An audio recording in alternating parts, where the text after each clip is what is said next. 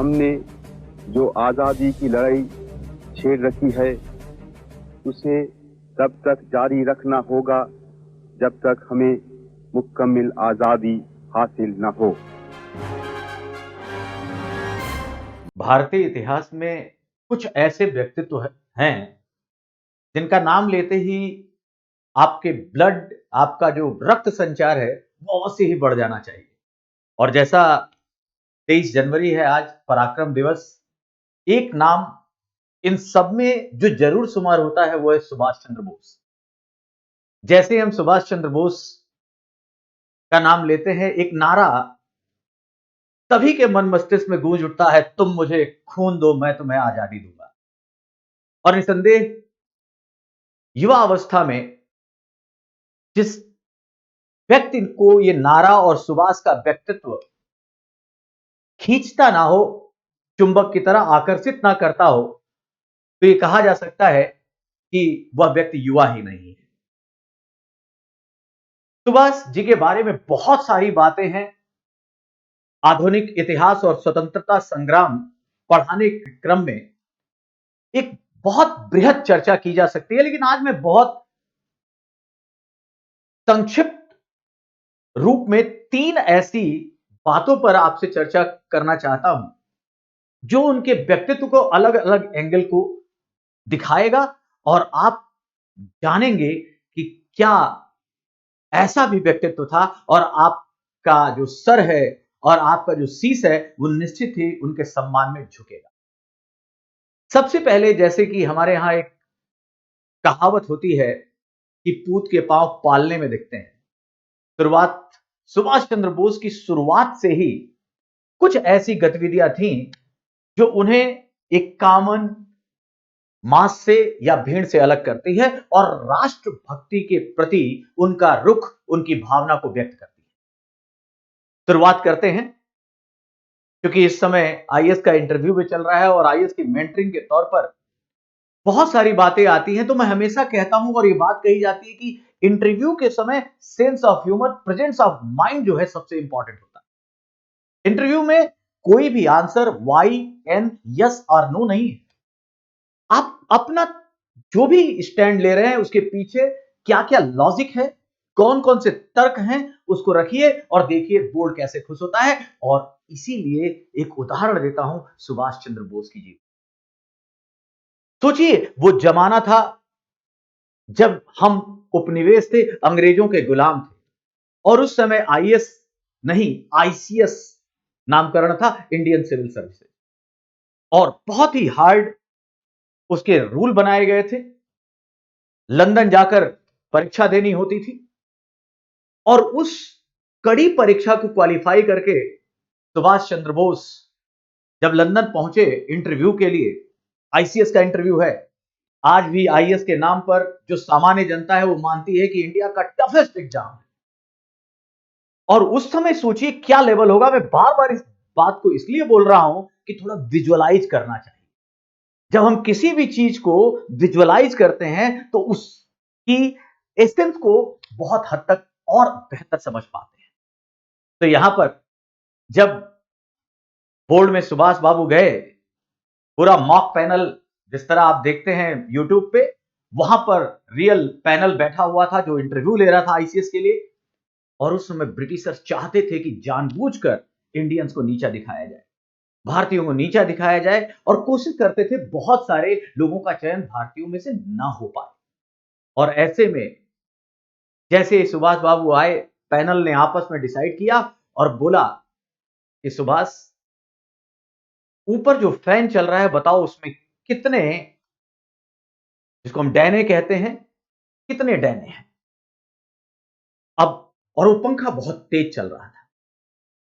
जब बहुत तेज चल रहा था, सुभाष बाबू ने ऊपर देखा, थोड़ी देर सोचने लगे, तो दूसरा जो बोर्ड मेंबर ब्रिटिश था वो कहने लगा, इतना टफ क्वेश्चन किसी भारतीय से पूछ लिया, इनके पास अक्ल ही कहां होती। 2 मिनट सोचने के बाद सुभाष बाबू ने कहा कि अगर मैं इस प्रश्न का उत्तर दे दूंगा तो एक तो आप मुझसे अगला प्रश्न नहीं पूछेंगे, और दूसरा आप स्वीकारेंगे कि भारतीय बुद्धिमान होते हैं और हमेशा के लिए आप लोग अपने मन मस्तिष्क से भारतीयों के प्रति सेकेंडरी जो सोच है इंटेलिजेंसिया को लेकर हटा देंगे। वो सब सहमत हो गए। उन्हें लगा कि ये ऐसा क्वेश्चन है, क्या जवाब दे पाएगा एक भारतीय। सुभाष बाबू चुपचाप कुर्सी से उठे, फैन का स्विच ऑफ किया और फैन रुकते ही बोले, देखिए इतने डरे। और सारा बोर्ड अचंभित रह गया। और यह है प्रतित्व मतित्व, जिसे हम प्रेजेंस ऑफ माइंड कहते हैं। यह है कैसे हम परिस्थितियों में निर्णय लेते हैं। बोर्ड अवाक था कि एक भारतीय इतना बोल्ड, और उसने न केवल अपना इंटरव्यू में मार्क्स सुनिश्चित किया, बल्कि हमसे यह भी मनवा लिया कि भारतीय बुद्धिमान होते। तो ये थे सुभाष चंद्र बोस। और आप सबको पता होगा उस साल आईसीएस की परीक्षा में चयन में पूरे लिस्ट में वो 4th पोजीशन पे आए, मतलब टॉपर थे। तो ये थे सुभाष चंद्र बोस। दूसरे नंबर पे अगर हम सुभाष बाबू को देखें तो एक चर्चा जो हमेशा होती है और लोग जानना चाहते हैं, वो है सुभाष चंद्र बोस और हिटलर की मुलाकात। सुभाष चंद्र बोस और हिटलर की मुलाकात को लेकर इतिहास में भी बड़ा कंफ्यूजन है, मतभेद है। और आईएएस लेवल पर तो एक क्वेश्चन भी पूछा गया, केवल हिटलर से मुलाकात पे या जापान से सहयोग के आधार पर आजाद हिंद फौज जिस तरह भारत की आजादी का सपना बुनती है। तो लोगों ने बड़े प्रश्न उठाए। अलग अलग विचारधारा के लेखकों ने सुभाष को घेरने का प्रयास किया। और आईएएस में क्वेश्चन आता है कि क्या सुभाष चंद्र बोस की देशभक्ति में फासिस्ट गुणों का समावेश था? फासिस्ट फांसीवाद, अधिनायकवाद जो मानता है, एक सत्तावाद जो मानता है, जो इटली में मुसोलिनी था उस समय, और आप जानते हैं उसी समय जर्मनी में हिटलर जो नाजिज्म को लेकर चलता है, वो भी एक विशिष्ट रूप है फासिज्म का। इन प्रश्नों के उत्तर के लिए, और इसमें गांधी जी ने भी नाराजगी दिखाई कि क्यों सुभाष ऐसे लोगों की मदद ले रहा है हिंसा का सहारा ले, और उसके लिए खुद बर्लिन रेडियो से जो सुभाष बाबू ने संबोधन किया। और 1944 में सुभाष चंद्र बोस का एक लेटर गांधी जी के नाम पर है, और उसमें उस व्यक्ति ने यह कहा कि गांधी जी, जो व्यक्ति ब्रिटिशर से नहीं डरा, जिस ब्रिटिशर्स ने मानसिक, भौतिक, शारीरिक जितनी प्रताड़ना थी दे ली थी, और उससे नहीं डरा, तो बाहर की शक्तियां उसे क्या डराएंगी। आप फिक्र मत कीजिए गांधी बाबा, मैं कोई भी ऐसा काम नहीं करूंगा जिससे मेरे राष्ट्र या आपका सर झुक सके। तो ये बात कहां से आई? बात यहां से आई कि क्या फासिस्ट गुण थे? क्या हिटलर से वो समझौता कर रहे थे? और हिटलर और बोस के बीच का वो मिलन किस रूप में था, ये सबको जानना चाहिए। सबसे पहले सुभाष चंद्र बोस ने देखा, जब सेकेंड वर्ल्ड वॉर की परिस्थितियां बन रही हैं, द्वितीय विश्व युद्ध की, आप सबको पता है 1939 से 45, एक तरफ जर्मनी, इटली और जापान थे, और दूसरी तरफ ब्रिटेन, फ्रांस, रशिया, अमेरिका। तो जैसा कि चाणक्य अपने मंडल सिद्धांत में कहते हैं कि दुश्मन का दुश्मन दोस्त होता है, सुभाष चंद्र बोस इस पे यकीन करते हैं। और उन्होंने परिस्थितियों का जो आकलन किया, तो उसमें यह मान लिया कि हमारी आजादी में हर तरह की फोर्सेज चाहिए। इंटरनल मास मूवमेंट चाहिए, गांधी बाबा के आंदोलनों का वो समर्थन करते रहे, लेकिन साथ ही साथ उन्हें एक ऐसी अपॉर्चुनिटी, अवसर दिखाई दिया कि क्यों ना जर्मनी, इटली और जापान की मदद से, जिनका दुश्मन है ब्रिटेन और दुश्मन का दुश्मन दोस्त होता है, तो क्यों ना मिलकर वार किया जाए और अंग्रेजों को फाइनली भारत से भगा दिया जाए। उनकी स्वतंत्रता के प्रति जो अनुराग था, कंपैशन था, उसको लेकर उन्होंने एक बात की। और देखिए कितना दुर्भाग्य है, जब इटली में कोई काबूल इंग्लैंड की मदद से ऑस्ट्रिया के खिलाफ आता है, तो उसे विश्व का सबसे बड़े डिप्लोमेट में शामिल करते हैं, जहां काबूल, बिस्मार्क और बाद में सरदार पटेल साहब शामिल होते हैं। लेकिन जब सुभाष बाबू की बात आती है, तो चूंकि उस समय केंद्र में जो हमारा इतिहास है स्वतंत्रता संग्राम का, वो गांधी जी को लेकर चलता है, अहिंसा के आसपास चलता है, और ऐसे में जरूर सुभाष की इस नीति की, सुभाष के इस निर्णय की कई आलोचनाएं। तो फिर हम वहां आते हैं जहां हमने छोड़ा था कि 39 से 45 में उन्होंने कोशिश की कि क्यों ना इन शक्तियों का साथ लेकर एक करारा प्रहार, अंतिम चोट किया जाए ब्रिटिश सत्ता पर। अब कौन सही कौन गलत, ये फैसला तो इतिहास करता ही है और आप सबके विवेक पर है। हुआ ये कि पहले हिटलर सुभाष से मिलने का बहुत इच्छुक नहीं था, बहुत बार उसने टाला। 35 के बाद से ही सुभाष चंद्र बोस जी ट्राई कर रहे थे, कोशिश कर रहे थे हिटलर से मुलाकात हो, लेकिन वो मुलाकात हो नहीं पाई। लेकिन 1940 के आसपास परिस्थितियां बदलने लगी, हिटलर को निर्णय बदलना पड़ा। वो भारत की तरफ से ये सोचने लगा कि अगर उधर भी ब्रिटिशर्स हारे तो एक जीत होगी, और अंततः 1942 में वो सुभाष चंद्र बोस से मिलने का निर्णय लेता है।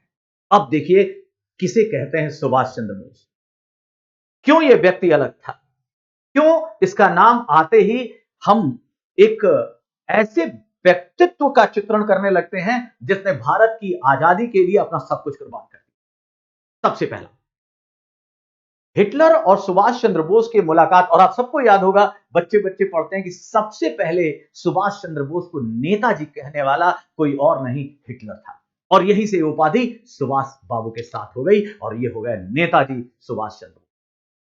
ऐसा नहीं था कि हिटलर भारतीयों के लिए, सुभाष चंद्र बोस के लिए मन में बड़ी सकारात्मक भावना रखता था। वो तो मजबूरियों ने मुलाकात को विवश किया हिटलर को, और हिटलर को सुभाष बाबू से मिलना पड़ा। और इस मुलाकात के मेन 3 पॉइंट थे। जो सबसे पहला बिंदु था, उसमें सुभाष चंद्र बोस ये चाहते थे कि भारत की आजादी में जर्मनी भी सहयोग करे। दूसरा जो मुलाकात का बिंदु था, उसमें सुभाष चंद्र बोस जी ये बताना चाहते थे कि जो हिटलर की आत्मकथा है, आप जानते होंगे मीन कैम्प, उसमें भारतीयों के बारे में गलत टिप्पणी की थी हिटलर ने। सुभाष को किसी भी तरह से यह पसंद नहीं था, और सोचो उस मुलाकात में जब हिटलर के नाम से लोग कांपते थे, और उस हिटलर के सामने खड़े होकर उस मुलाकात में पिछले 5 सालों से मिलने का समय नहीं दे रहा था। सोचो जिससे आप मिलना चाहते हैं और वो 5 साल तक मिल नहीं रहा, और मिले, और वो भी हिटलर जैसा व्यक्तित्व जो उस समय पूरी दुनिया को थरथरा चुका था। लोग सामने उसके सेनापति या उसके जो मेन एडवाइजर दोस्त भी खुलकर बात नहीं करते थे। वहां सुभाष चंद्र बोस ने कहा कि आपको ये बदलना चाहिए, ये सही नहीं है। भले ही उन्होंने डिप्लोमेसी के जरिए बताया कि नहीं तो ब्रिटिश क्या करेंगे, फूट डालो और राज करो यहां भी लाएंगे और जर्मन और भारतीयों को बीच में ला देंगे, लेकिन बड़ी ही साफगोशी से। और इस बात की तारीफ, सुभाष बाबू की इस वीरता, इस सूझबूझ की तारीफ वहां उपस्थित जो हिटलर के दुभाषिया ट्रांसलेटर था, एडवाइजर था, उन्होंने भी की, और उन्होंने फर्म होकर कहा कि इसे आपको हटाना चाहिए। ऑब्वियसली हिटलर ने बहुत स्पष्ट तो नहीं कहा, लेकिन कई जगह यह उल्लेख मिलता है कि इसके दूसरे संस्करण में उसने हामी कर ली थी कि इस बात को हम संशोधित करेंगे। तो यह मुलाकात, क्योंकि उनके अंदर जो भारतीयत्व है, जो भारतीयता है, ऐसे मंच पर जाकर भी केवल अपनी बात, अपने प्लानिंग की बात ना करना, बल्कि अगर भारतीयों के बारे में अगर कुछ बुरा कहा तो सुभाष को लगता था ये हमारे बारे में बुरा कहा, भारत मां के बारे में बुरा कहा, और वो व्यक्तित्व उस समय उनके ही कक्ष में, उनके लोगों के सामने ये कहने की हिम्मत रखता है, तो वो सुभाष बनता है। और तीसरा मेन मुद्दा था कि जर्मनी से, आप देखिए, अगर जर्मनी से भारत की लड़ाई लड़ी जाए तो एक डिस्टेंस है, वो बहुत फिजिबल नहीं था। तो एक प्लान बनता है क्यों ना पूर्वी मोर्चे से लड़ाई लड़ी जाए, और पूर्वी मोर्चे पर उनका सहयोगी था जापान। तो जापान के रास्ते आया जाए, और जापान कैसे सुभाष बाबू जाएंगे। पहले प्लान था कि वो एरोप्लेन से जाएं, लेकिन ये हिटलर ने ही सलाह दी कि नहीं, अगर वो वायुयान से जाएंगे ब्रिटिशर्स हमला कर सकते हैं, उन्हें पनडुब्बी से भेजा। और इस तरीके से ये 3 मुद्दे कैसे जापान पहुंचे, कैसे भारतीयों के प्रति हिटलर को अपनी जो नकारात्मक टिप्पणी है उसे सोचने की बात कही जाए, और पहला कि कैसे भारत की आजादी के लिए एक संयोजित ग्रुप बनाया जाए, ये 3 मुलाकातों का विशिष्ट बिंदु था। ये बात अब रहा फासिस्ट की बात। हिटलर, आप जानते हैं, उसे नाजिज्म से मतलब था। वो अखिल जर्मनवाद की बात कहता था और कहता था सर्वाइवल ऑफ फिटेस्ट। और अगर जर्मन श्रेष्ठ हैं तो उन्हें उपनिवेश बनाने का अधिकार है, और अगर उपनिवेश बनाने का अधिकार है तो सुभाष बाबू ये समझ गए कि इसे केवल जर्मनी से मतलब है। भारत और भारतीयता के लिए अभी अगर इसे कन्विंस भी करने का प्रयास किया जाए तो बहुत फायदा नहीं होगा। और उसी समय, जबकि उसी जर्मनी में पहली बार जो ब्रिटिश सेना की तरफ से लड़े हुए सैनिक थे, जो बंदी हो गए थे, उन्हीं वॉर प्रिजनर्स को लेकर पहली बार सेना जर्मनी में नहीं बनाई गई थी, जिसे हम लीजन आर्मी कहते हैं। ये हिटलर ने ही अलाउ किया था। और यही सोच तो बाद में आजाद हिंद फौज बनेगी जब वो जापान पहुंचे। तो यहां से वो जापान पहुंचे। और फासिस्ट की बात तो यहां पर जो मैंने पहले कहा, गांधी जी को पत्र लिखकर 1944 में सुभाष बाबू ने स्पष्ट कर दिया कि कोई भी ऐसा काम सुभाष नहीं कर सकता जिससे राष्ट्र के सम्मान में कमी आए। दूसरा, वो हिटलर को अपने व्यक्तित्व और भारत की आजादी क्यों जरूरी है यह समझाने। उन्होंने किसी भी रूप में समझौता नहीं किया, और जब लगा कि हिटलर वो फेवरेबल पार्टनर नहीं हो सकता तो वो जर्मनी से जापान की। तो ये सुभाष फासिस्ट गुणों का जो समावेशन की बात है, इसे दिमाग से हटा देना चाहिए। एक जुनून है सुभाष के मन में कि उन्हें आजादी चाहिए। जय हिंद का नारा देने वाला, जिसे आज हम सब अभिमान से कहते हैं जय हिंद, वो कोई और नहीं, सुभाष बाबू ही थे। तो दूसरी मुलाकात, और इस पे भी एक बड़ा रोचक प्रसंग है।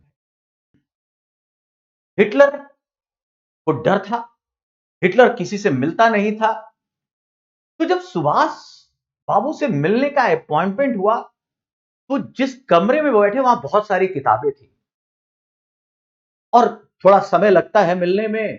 तो सुभाष बाबू बैठ गए और उन्होंने जो भी अपनी चाय कॉफी थी पी और किताब पढ़ने लगे। पहले एक आदमी आया और आकर उनसे हाथ मिलाया।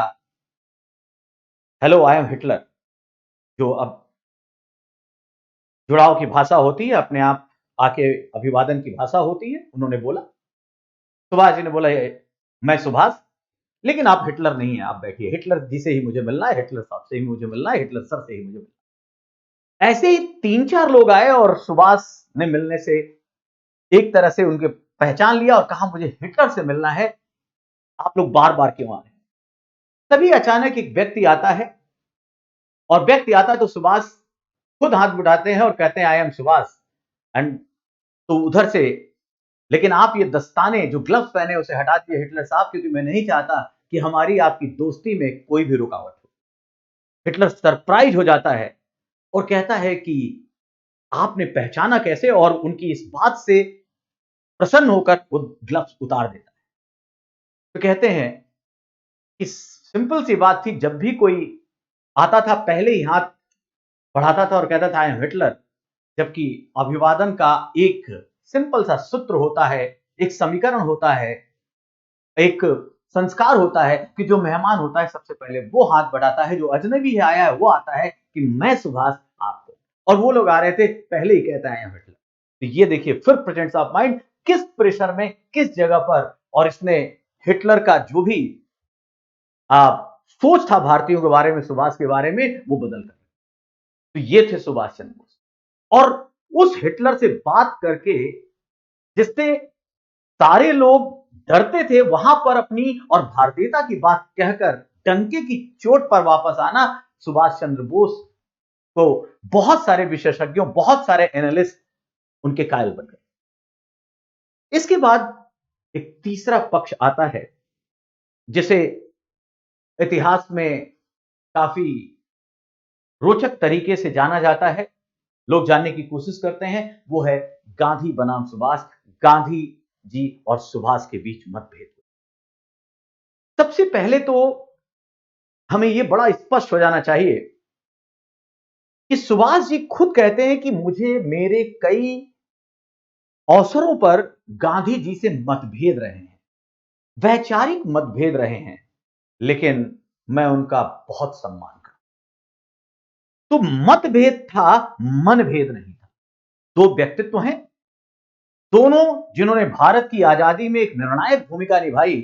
इन महान व्यक्तित्वों में मतभेद का होना भी जरूरी, तभी तो पहचान है कि दो अलग अलग चीजों को लेकर चले, लेकिन दोनों का लक्ष्य एक है, साध्य एक है, और वो है भारत की आजादी। ये शुरू से ही कई अवसरों पर ऐसा दिखता है, खासकर जब आप जानते होंगे ये वही व्यक्ति है जो आईसीएस में 4th रैंक लाता है।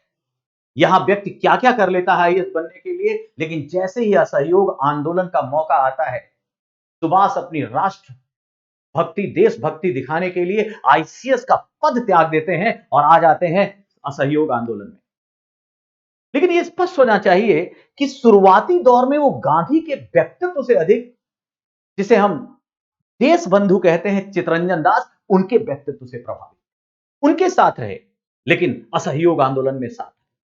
और जब चौरी चौरा की घटना पर गांधी जी ने आकस्मिक रूप से निर्णय लिया असहयोग आंदोलन वापस, तो सुभाष भी आलोचकों में थे इस निर्णय के, और उन्होंने कहा यह तो नेशनल डिजास्टर है, यह राष्ट्रीय आपदा है। अपनी अपनी सोच है। गांधी के अपने तर्क थे क्यों वापस लिया। सुभाष बाबू का कहना था कि बढ़िया मौका था जनता में अलग जगाने का, एक राइट तरीके से चल रहा था यह मूवमेंट, अभी वापस नहीं लिया। ऐसे ही कई प्रसंग होते हैं गांधी जी और सुभाष के बीच में, लेकिन याद रखिए गांधी जी एक फिलोसोफर के तौर पर साध्य और साधन की नैतिकता के तौर पर हमेशा मान के चलते हैं कि अहिंसा से समझौता नहीं हो सकता, जबकि सुभाष बाबू का मानना था कि आजादी इंपॉर्टेंट है, हम हिंसा के साथ साथ जहां जरूरत है वहां विद्रोह, सशस्त्र हिंसा का प्रयोग कर सकते हैं, क्योंकि अंग्रेज उस लायक नहीं है, अंग्रेज उस स्तर से केवल नैतिकता के बल पर मान जाए, वो इस बात को मानने के लिए तैयार नहीं थे।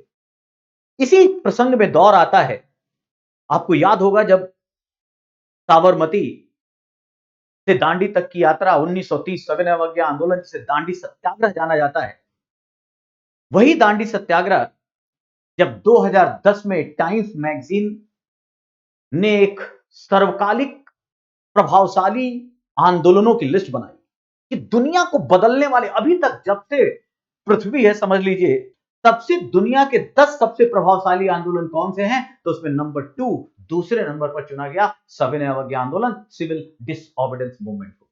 और फर्स्ट, चूंकि अमेरिका, आप जानते हैं नेट पे तो वही लोग उस समय ज्यादा बैठते थे, तो उन्होंने बोस्टन टी पार्टी, जो अमेरिकी स्वतंत्रता संग्रामों से नंबर 1, उस दांडी मार्च की यात्रा को सुभाष चंद्र बोस ने मतभेदों के बावजूद कहा कि ये तो नेपोलियन की जो सबसे सफल यात्रा है एल्बा से पेरिस से तक, ये उससे कमतर नहीं है, उससे महान है। गांधी को महात्मा गांधी बनाने और उस लेवल तक ले जाने के लिए, राष्ट्रपिता के लेवल तक ले जाने तक के लिए उसे इतना महत्व दिया सुभाष बाबू ने दांडी मार्च को। तो यह महत्व चलता गया। फिर एक एपिसोड आता है, जब आपने सुना होगा, जब हरिपुरा में सुभाष चंद्र बोस अध्यक्ष बनते हैं 1938 में, और फिर 1939 में फिर अध्यक्षता का मौका आता है और सुभाष बाबू भी कंटेस्ट करते हैं। गांधी जी नहीं चाहते थे कि सुभाष बाबू दूसरी बार भी आए, लेकिन और पटाभी सीतारामैया को खड़ा करते हैं अपने कैंडिडेट के रूप में, और लगभग 203 वोटों से सुभाष चंद्र बोस पटाभी सीतारामैया को हराकर अध्यक्ष चुने। कहा जाता है गांधी के बारे में कि गांधी जी इस स्थिति में आ जाते हैं कि उनका डिसीजन होता था माई वे और हाईवे, और चूंकि माई वे मतलब उनके अनुसार गांधी सुभाष नहीं चले, तो उन्हें हाईवे दे दिया गया, मतलब कांग्रेस से जाना। सबको लगा एक लोकतांत्रिक जीत है, सुभाष जीत गए हैं, लेकिन गांधी जी ने इसे पर्सनल लिया और कहा यह पट्टाभी की नहीं, मेरी हार है। और अंततः कुछ ऐसा माहौल बना, सुभाष बाबू ने 1939, जो त्रिपुरी क्राइसिस कहा जाता है, त्रिपुरी में अध्यक्षता और गांधी जी के विवाद के बाद कांग्रेस से इस्तीफा दे दिया और फिर फॉरवर्ड ब्लॉक नामक संगठन बनाया और अलग हो गए। और उसके बाद की कहानी वही छुपकर कैसे वो अफगानिस्तान के रास्ते रूस जाते हैं, जर्मनी जाते हैं और मिलकर फिर जापान से आजाद हिंद फौज। ये पूरी कहानी फिर उस तरीके से चलती है। ये वही व्यक्ति है, सोचिए कि इतने बड़े अध्यक्ष पद पर रहने के बाद हटा, और हटने के बाद पहले कैद रहा अंग्रेजों की, फिर नजरबंदी की गई, और उसमें भी कभी वो मौलाना जियाउद्दीन बनकर निकलता है अफगानिस्तान से, तो इटली जाने पर ऑरलैंडो मसिट्टो बन जाता है। क्या गजब का मेकअप किया होगा, कितना सोच समझकर, कितनी एक प्लानिंग के साथ वो इटली और जर्मनी जाते हैं। ये बातें जब आप सोचेंगे, जहां हर मिनट पर थ्रेट था उनके प्रति, और तब वो व्यक्ति अपनी भारत मां की आजादी के लिए इस तरीके का अभियान कर बैठता है, तो निसंदेह सुभाष चंद्र बोस के जन्मदिन को पराक्रम दिवस ही मनाना जाना चाहिए, और यह तय हो गया पिछले साल से। तो ये एक कहानी है, लेकिन यह भी याद रखना है कि जब रंगून से और बाकी जब आजाद हिंद फौज के रास्ते जब कूच होती है, आजाद हिंद फौज की सेना भारत आती है, तो याद ये रखना है कि पहली बार मोहनदास करमचंद गांधी को राष्ट्रपिता कहने वाला भी कोई और नहीं, खुद सुभाष चंद्र बोस हैं। जब वो कहते हैं राष्ट्रपिता को अंतिम संघर्ष की शुभकामनाएं। और ये तो इसलिए एक चीज तो याद रखना है, मतभेद हैं, दोनों के अपने व्यक्तित्व हैं, लेकिन दोनों के मन में एक दूसरे के प्रति सम्मान में कोई कमी नहीं। लेकिन सुभाष जो बातें थ्रिल करती हैं, क्योंकि इस बात को, इस चीज से और जानना चाहिए, आप सबको एक बात पता होनी ही चाहिए कि जब भारत आजाद हुआ तो ब्रिटिश प्रधानमंत्री का नाम था क्लेमेंट एटली। आजादी के बाद क्लेमेंट एटली 1956 में 1956 अबाउट 10 ईयर भारत की आजादी के 10 सालों लगभग बाद बंगाल जाते हैं। बंगाल के गवर्नर के साथ उनकी मुलाकात होती है, तो बंगाल के गवर्नर इस मौके को छोड़ना नहीं चाहते और धीरे से पूछते हैं कि सर, आप सबने अचानक जो भारत को छोड़ा 1947 में, जो आजादी दी, प्लान तो आपका 3 जून का प्लान तो कुछ और था कि 1948 में छोड़ेंगे, आखिर क्या वजह थी? क्या सही में गांधी के अहिंसा की नीति ने परेशान कर दिया था? ये दस्तावेज मौजूद है, ये वार्तालाप के इसको ऑफिशियल तरीके से माना गया कि क्लेमेंट एटली ने कहा कि आजादी की लड़ाई, या जब हमने आजाद किया भारत को, तो उस समय खासकर 47 में इस अहिंसा का मिनिमल प्रभाव था भारत को छोड़ने में। हम तो आजाद हिंद फौज, सैनिकों की कार्रवाई और हर तरफ से जो स्वतः स्फूर्त आंदोलन हो रहे थे और सुभाष की प्रेरणा ने जो भारत में कर दिया, उससे बहुत परेशान थे और जल्द से जल्द भारत छोड़ने के प्रति हम इच्छुक हो थे। तो एक एपिसोड वो उस प्रधानमंत्री का है जिसने भारत की आजादी के दस्तावेज पे साइन किया, तो ये भी एक एपिसोड है। लेकिन भारत की आजादी टोटलिटी है, जिसमें अहिंसा भी है, जिसमें क्रांति भी है, जिसमें सशस्त्र युद्ध भी है, सबका समावेशन है। क्योंकि मैं हमेशा कहता हूं कि भारत की आजादी इंद्रधनुष की तरह है, बहुत सारे रंग हैं, केवल एक रंग को नहीं देखना। और सुभाष का रंग जितनी किताबों में दिया गया है, खासकर इतिहास की, उससे कहीं ना कहीं ज्यादा है। उसे एक नए तरीके से पढ़ने, अध्ययन, R&D, रिसर्च एंड डेवलपमेंट करके और बेहतर तरीके से प्रस्तुत करने की जरूरत तो अवश्य है। तो सुभाष, भगत सिंह, ये कुछ नाम ऐसे हैं जिनका नाम आते ही हर भारतीय का सीना 56 इंच का हो जाना चाहिए, चौड़ा हो जाना चाहिए। और आज सुभाष चंद्र बोस की जयंती पर, पराक्रम दिवस पर, उनकी इन बेसिक 3 जो महत्वपूर्ण घटनाएं हैं, जो उनके बारे में कुछ नया आयाम देती हैं, वो मैं आपसे चर्चा करने आया था।